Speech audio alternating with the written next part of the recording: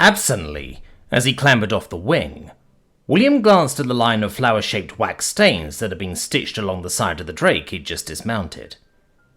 "It's all right, kid," the instructor called from her position in the co-pilot seat. "You flew as well as you could. Sometimes the odds just aren't in your favour." William nodded seriously at the very rare show of encouragement. Instructors, as a rule of thumb, were sparing with praise and generous with criticism. Before he could dwell on it, though, he was forced to shuffle out of the way as a small swarm of servants descended on the shard, brandishing mops and other tools. Stepping away from them, he started walking towards the hangar. As he did, he was a little surprised by how frustrated he was with how the last 30 minutes had gone. Olzenia had gone down to an early head-on, and he'd been pretty systematically hunted down afterward. Now, if his opponents had been in drakes, perhaps he might have been able to turn that around. Maybe. Unfortunately, this week marked the start of inter-house matches, and as such, his opponents were in a Harpy-free and a Firebird. In short, the kind of high-agility craft that were impossible to shake once they got on your tail. Now, if that added nimbleness was their only advantage, he might have been able to make things work. But it wasn't. They were also lighter, more responsive, and retained energy better while climbing and in turns. By contrast, the only thing Drake had going for it was a higher wing tear speed and a higher top speed in a straight line, which he could have leveraged to gain some distance to maybe turn things around, if he hadn't been forced to keep making course adjustments to avoid long-range fire, which killed his speed and allowed his two pursuers to catch up and riddle him. Running his hand through his hair, as he stepped into the slightly cooler, warmer interior of the hangar, he mused that while this reminder of his own mortality was frustrating, it was hardly the end of the world. After all, you learned more from loss than victory, and while he wasn't entirely sure what he was supposed to learn from this particular lesson, other than the fact that his opponents had been flying craft which were infinitely better designed for this kind of small unit engagement than his Drake, he was sure he'd eventually think of something. "Sorry, William," Olzenia called out to him as she jogged over, her flight helmet still on but with her goggles up and mask down. "I swore I had her." William shrugged as he grabbed a wooden cup of water from a nearby table of refreshments. "You're not wrong. The Drake has better guns and armor. You should have had the advantage." He sipped his water. "You just got unlucky." The High Owl's expression was still slightly sour, but she had at least seemed somewhat mollified by his words. "My instructor didn't seem to think so. She gave me a right bollocking for pulling off such a brain-dead maneuver." Bollocking? William smirked a bit at the incredibly un-Olzenia-like language. Maybe she picked it up from Zella or Bonlin. He could easily imagine either of the two using it. "I mean, the Academy has rules against that sort of thing for a reason," he said carefully. "Planes crashing into each other in mid-air is bad for their reputation." Healing magic could cure a lot of things, but being reduced to a puddle in a high-speed aerial collision wasn't one of them. "I wouldn't have crashed," Olzenia scoffed, in a rare show of rebelliousness. He shrugged. "Our lessons say that against an aluminium frame, ether cannons are considered effective at 350 meters, and while they can be dangerous at over 600 meters, we only have so much ammo, so it's best to save our shots until we're likely to do more than scratch paint. Plus, at 600 meters you really needed to start arcing your shots, and the travel time for said shots would start reaching the point where an enemy pilot could actively dodge the incoming rounds. You'd also need to worry about convergence if you were in one of the designs he was making back at Redwater, with the guns and the wings, which meant you'd only be hitting with half your guns, while the other would be spraying off into the clouds. But given everything here had rear-mounted propellers, guns were in the know, so setting a convergence distance wasn't a factor. He shook his head to dismiss that strange side tangent, even as he made a note to remind Zella of the issue, even if she likely already knew it. Like she already knew about wax rounds, he thought. Last he checked, The woman had already got a rotation set up to make enchanted ammo belts for the upcoming practice duels for the plebeian pilots. "Your point?" Ozenia asked, drawing his attention back to the topic at hand. "My point," he coughed, "is that in real combat, and a head-on engagement, you'd only realistically start shooting at someone when you're all of 2 seconds or so from actually colliding with them, assuming they're also engaged in a head-on. At that range, even if you kill the pilot, shred the props, and dislodge their core, there's a decent chance the possible flaming wreckage of their shard is either going to miss you by the slimmest of margins as it flies past, or it'll slam into you with the force of a vengeful god, at which point you're both dead." In short, getting used to taking head-on engagements was not a good practice for anyone. "I dodge," he scoffed. "What if the enemy has damaged your flight surfaces during the head-on you've just engaged in? It's pretty much a given they'll have clipped you a few times at least. And I'd wager the first warning you'll get that your plane now turns just that little bit slower will come moments before your opponent slammed into you." Ozenia grimaced at his words and the image they presented. He continued, "I wasn't lying before. That head-on might have been a move that advantaged you in your Drake, but head-on engagements still aren't smart, because they're more likely to kill both pilots involved than not. Hell, shards here didn't even have the advantage of having a giant fuck-off engine-shaped mass of metal to hide behind when taking a foe head-on. The shard core was usually kept just under the pilot seat, so the only thing in the nose was the guns and forward ether ballast, neither of which were well suited to stopping rounds. "All right, I get it," the High Elf grumbled, as she turned to look at where the craft they'd just landed in, now cleaned and with fresh cadets in them, took off again. "Maybe the old bag had a point," she sighed. "Still, what else are we supposed to do? Can't outturn a harpy or firebird. Definitely can't outclimb them. Void, we can't even outpace them unless we stick to a straight line, at which point we're an easy target, even if they have to arc their shots. You prove that." William frowned because he didn't have an answer. Or rather, he did, and he was doing his level best to ignore it, even as they ate at his brain like a million adrenaline-fueled inchworms. Detachable rocket boosters. Turn the ether cannons into budget spell bolts by moving the explosion to the back of the round to act as a magical version of a chemical propellant. Supply the team with handheld radios so we can communicate better. Those ideas and more started racing through his mind unbidden, like lightning across the skies of his psyche. But he resisted all of them, because while they were a solution to his problem, they were too much. Too much. People would see them and they'd develop their own, either by themselves or by stealing the designs. Sure, they'd not be able to use them either way without running afoul of the stigma against stealing family magecraft, but they'd still develop them in private, then use them in the upcoming civil war. And part of him didn't care. It just wanted to win. "I don't know," he said. Ozenia groaned. "So to avoid thinking about our likely-to-become ongoing pasting during inter-house practice bouts, what kind of food do you think Verity's family would like?" "Food?" she squawked. "You just admitted to the fact that we're likely to keep losing and you're thinking about food?" William shrugged. "Better than driving ourselves nutty thinking about a problem without easy answers. Besides, they're just Academy rankings." "Just Academy rankings?" William had a feeling Ozenia still hadn't forgiven him for that comment, even 4 days on. "Huh, this is actually quite nice," William opined, as he stepped out of the carriage and into the morning sunlight. Behind him, Ozenia and Verity made noises of disagreement and agreement, respectively, neither of which surprised him. Located barely a few miles outside the capital walls, the land in front of him was little more than cottages and farms, for as far as the eye could see. Small farms, he noted, as the trio started to walk the stone road, just big enough for a family to support themselves while garnering a small profit each season. Perfectly sized for retiring royal knights and their families. Or, in Verity's case, a place to put the families of knight trainees for the duration of their service term.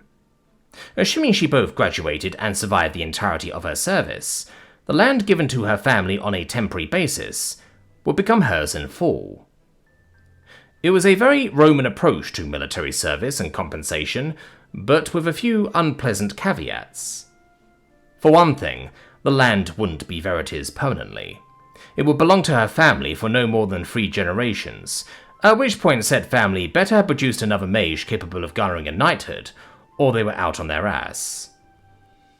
A condition William couldn't help but note advantaged elves tremendously, given that the timescale was in generations rather than years.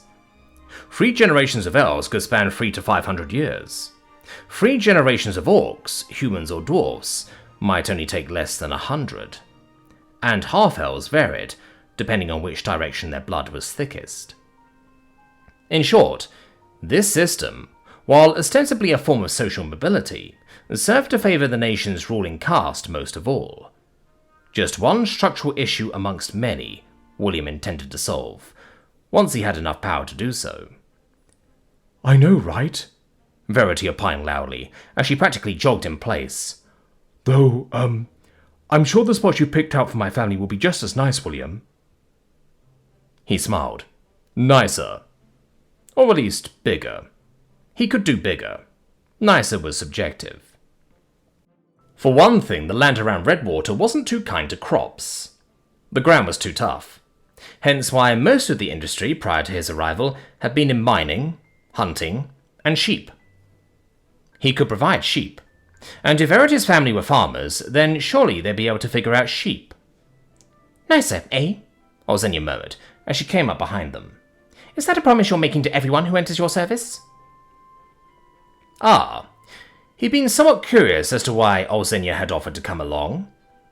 If he hadn't offered to pick up her contract, she'd have been set to inherit a plot of land around her just the same as Verity.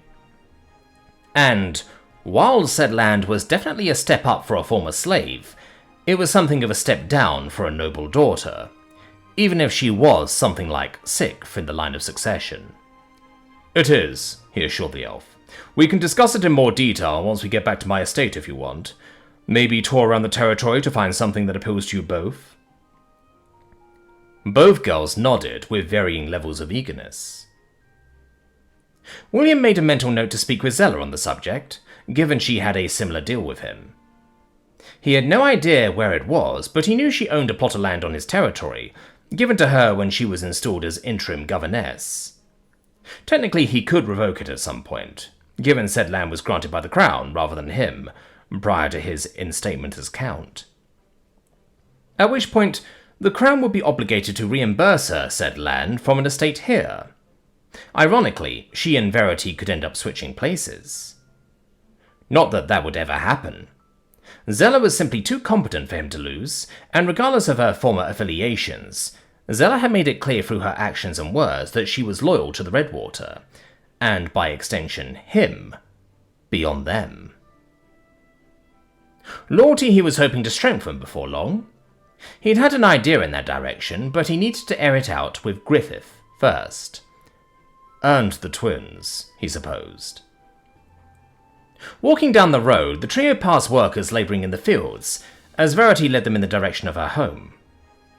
They didn't garner much interest as they walked, said workers likely used to the coming and going of academy students.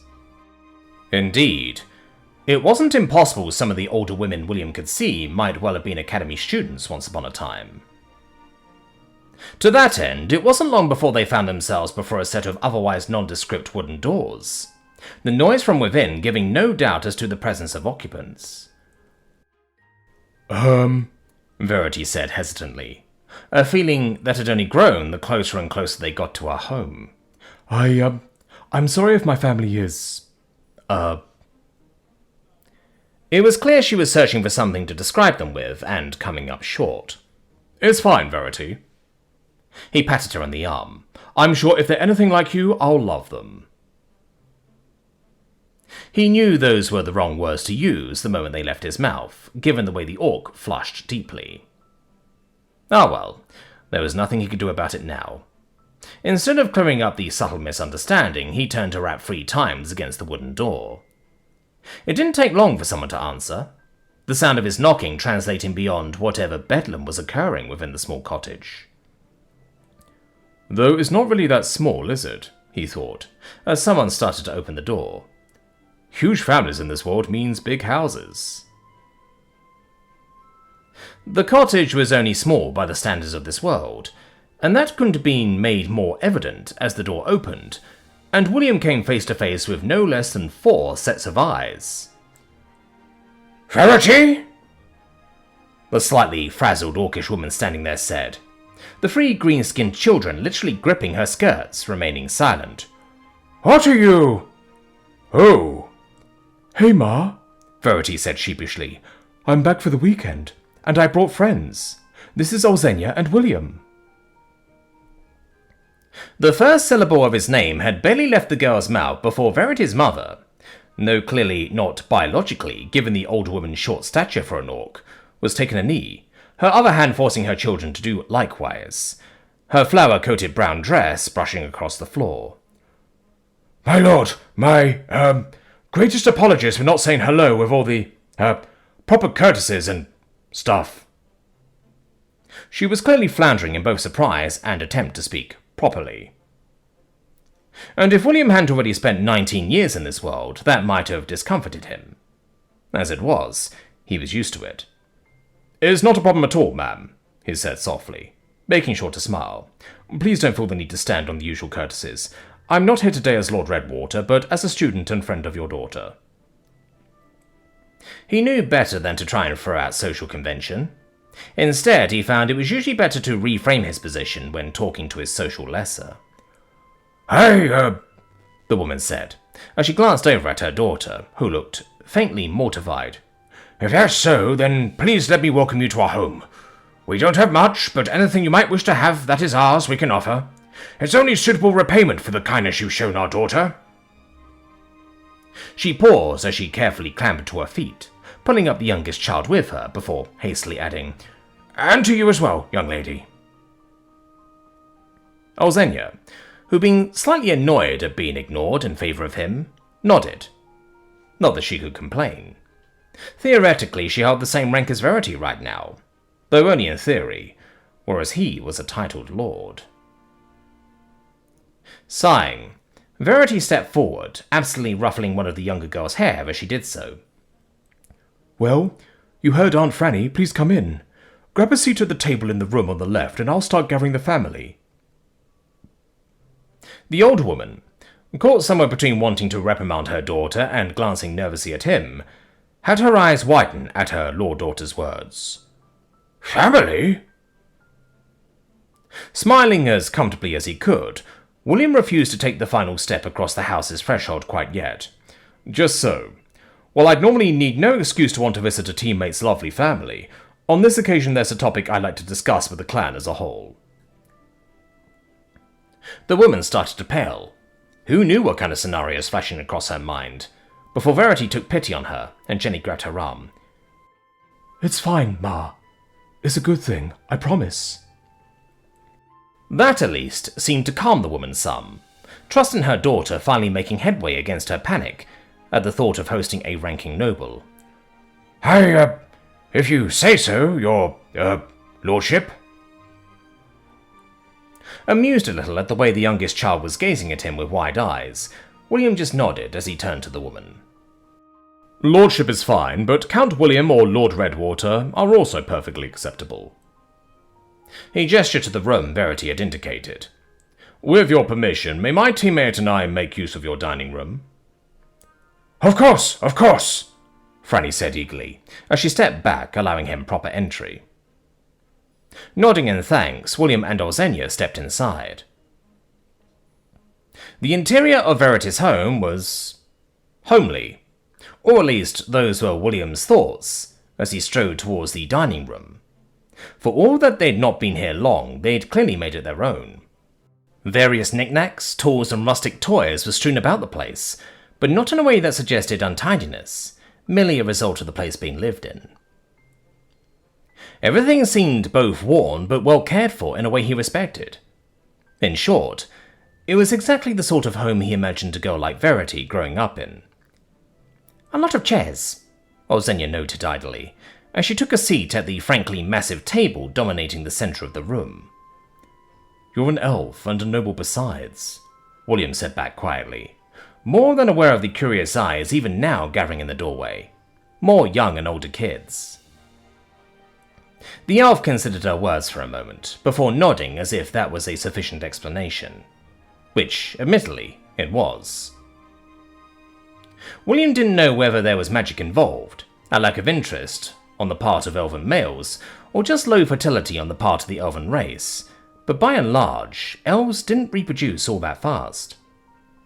Not like humans, dwarves and orcs, who inevitably ended up as huge clans as multiple women gathered around the few available men. Despite that, it wasn't long before the adult members of Verity's family were all gathered up. Sweaty from the fields and looking keenly aware of it as they sat across from him, each and every one of them looked nervous as they regarded him. A sentiment that clearly wasn't shared by the multitude of girls peeking through the doors of the dining room, whispering loudly back and forth while occasionally giggling. All right, your lordship. A woman who'd introduced herself as Deirdre said, as she sat at the head of the table. Verity says you'd like to speak to us. Despite being inwardly pleased at the fact the head of the family seemed less terrified than her law sister, William would admit to being a little distracted by the man sitting next to her. And he was a man, no doubt about that. During his time in this world, he'd gotten, if not comfortable with, then accustomed to men being less manly. Not effeminate, per se, just less classically masculine. The bills were typically slimmer. Boys took less risks. Men didn't have scars. Just less manly. It wasn't like they were wearing dresses or anything. Clearly, though, Verity's father didn't get that message. Regarding scars and muscle, not dresses, William thought, as he blanched a little at the mental image of the massive man in a dress. Is this what a man looks like who grew up without the protection of nobility in the slave pen? But lately he realized he was staring, a frown passing over his face as the behemoth of muscle opposite him deferentially lowered his gaze. That just felt wrong. Not least of all because said deference wasn't born of cowardice, just good sense. Determinedly keeping his feelings off his face, he smiled lightly as he turned to the clan matriarch. I do, actually, though nothing onerous, I assure. And this is an offer, not a demand or anything like that.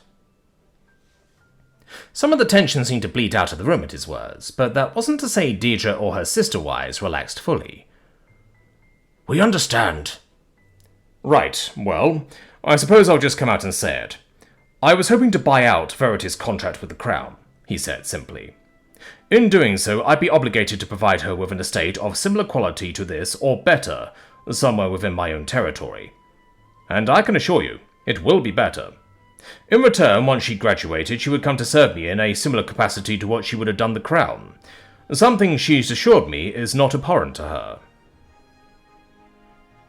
Practically enveloped at the back of the room amongst her relatives, his teammate nodded eagerly. It wouldn't be. Assuming abhorrent means what I think it means. It does, Ozenia drawled absently. Ignoring the two, William continued. To further sweeten the deal, I'd also be willing to extend the free generation leasing of the land chosen for your new home into outright ownership, not to be voided or interfered with by me or any of my descendants. Which he could see being a problem for someone in his line a few generations distant, but to be frank, he didn't give a shit. Hell, ideally his descendants wouldn't even have a claim to the land by that point, given his end goal was a democratic society. His bit said, he waited patiently for a response. One that wasn't forthcoming. There was nothing but silence in the room. Even the girls in the doorway had ceased their whispered gossiping. Which was when he heard it, growling in volume at the veriest edge of his hearing. A low whistle, one which didn't take him too long to pinpoint the origins of. Huh, he thought. Turns out it's her dad's side of the family she gets the whole whistling thing from. That was surprising. Perhaps you should pull out that cake you brought, Olzinia whispered, while Verity's family think over your proposal. He glanced down at the box he'd brought with him. Okay. Though he'd barely reached for the clasps before a number of people started shouting at once, all thoughts of decorum forgotten. We accept. Please. Thank you. Ancestors be praised. Please take care of Verity. Yotl scowled as she awoke to the familiar sight of her cabin ceiling. Climbing out of her bed, she cursed the sticky heat that made the sheets attempt to stick to her skin. This continent is no place for a free orc, she muttered, as she started throwing on her clothes for the day. Moving through the halls of the Blood Oath, she tried not to wrinkle her nose at the smell of passing tribeswomen. Even after being here for weeks, it seemed that not a member of the crew was adapting well to the heat. Not after a lifetime in the soothing chill of the Razorbacks.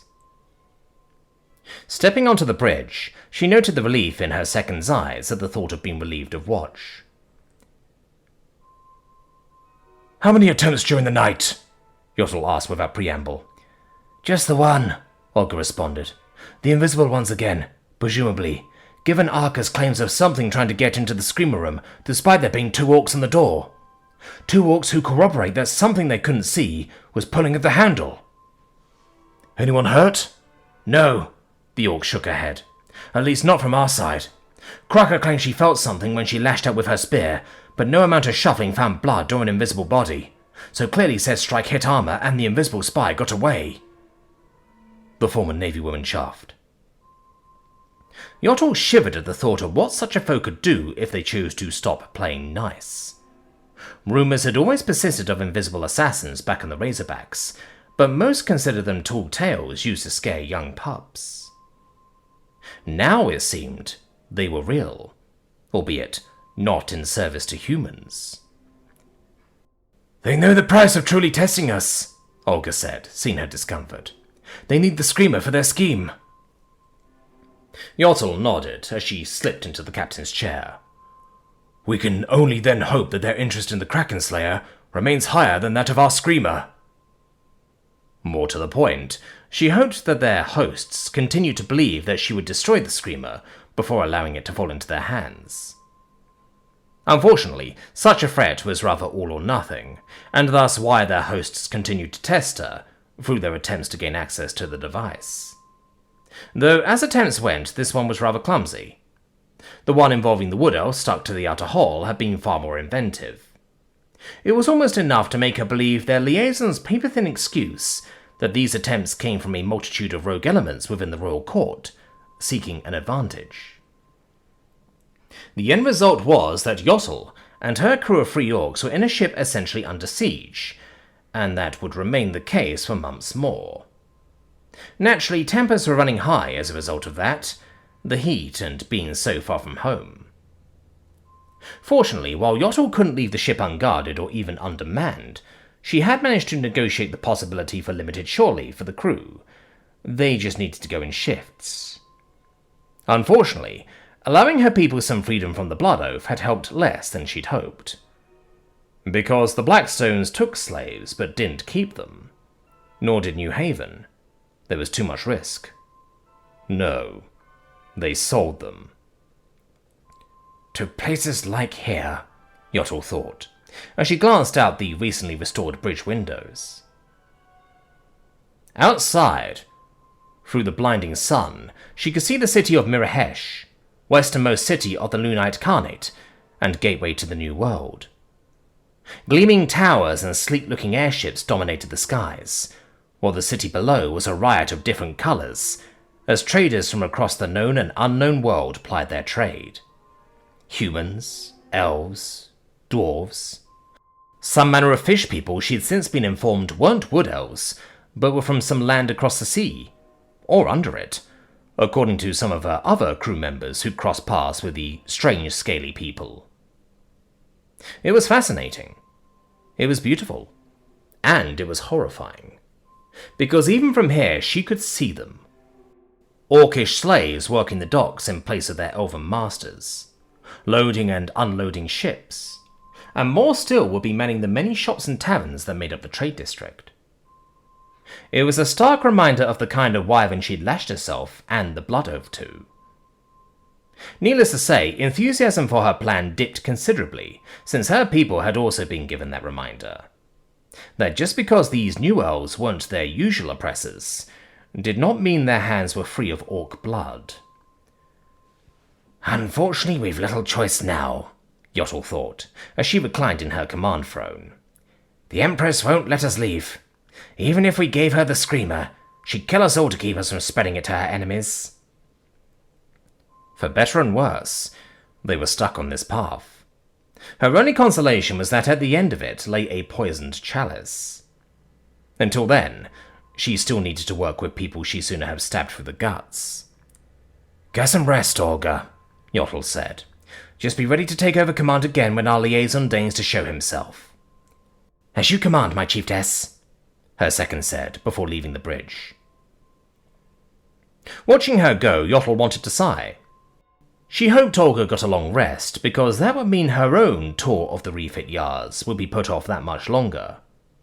And in turn meant she could avoid having to hear her liaison's snide remarks, as she was forced to watch orcish work gangs being whipped by uncaring elven masters, as they worked on designs created by free orcs.